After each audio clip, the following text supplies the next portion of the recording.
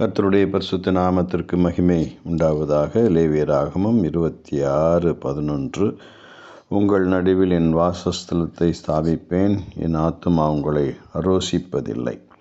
Leviticus 26:11. I will put my dwelling place among you and I will not abhor you என்று வாசிக்கிறோம். தேவனுடைய பிரசன்னம் நமது நடுவில் எப்பொழுதும் நம்மோடு இருக்கிறது என்று கர்த்தர் சொல்கிறார்.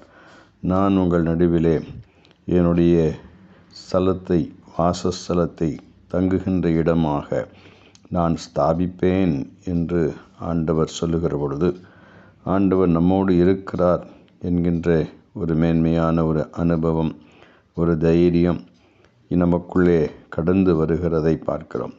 அதுவரை இஸ்ரவேல் மக்கள் கர்த்தர் இங்கே இருக்கிறார் என்று நினைத்து கொண்டிருந்த சூழ்நிலையிலே தேவனுடைய பிரசன்னத்தை அவர்கள் பார்க்கக்கூடாதிருந்த நேரத்தில் மோசேயை பார்த்து அவர்கள் முறுமுறுத்து தங்களுடைய ஆதங்கத்தை தெரிவித்து கொண்டிருந்தார்கள்.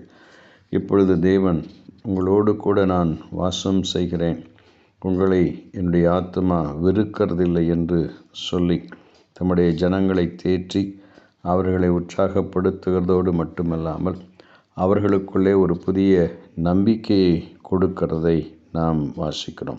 இன்றைக்கும் ஆண்டவராகிய கர்த்தர் இயேசு கிறிஸ்து பரிசுத்த ஆவியானவர் நமக்குள்ளே நம்மோடு வாசம் செய்கிறார் என்கின்ற அந்த உணர்வோடு நாம் கடந்து செல்வோம். ஆண்டவர் நம்மை ஆசீர்வதித்து நடத்துவாராக. ஆமென்.